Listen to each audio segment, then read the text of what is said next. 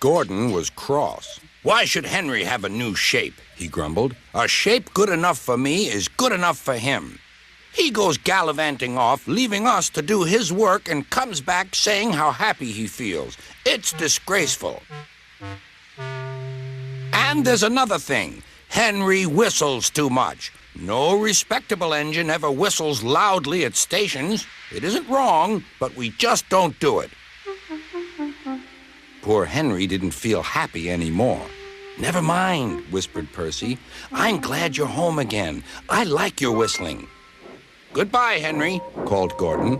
"We're glad to have you with us again, but remember what I said." Later, Henry stopped at Edward's station. "Hello, Henry," said Edward. "You look splendid. I was pleased to hear your happy whistle yesterday." "Thank you, Edward," smiled Henry. "Shh! Can you hear something?"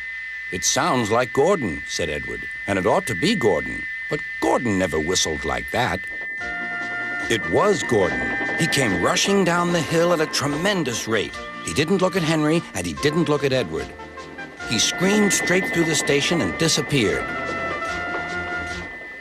"Well," said Edward. "It isn't wrong," chuckled Henry, "but we just don't do it." And he told Edward what Gordon had said.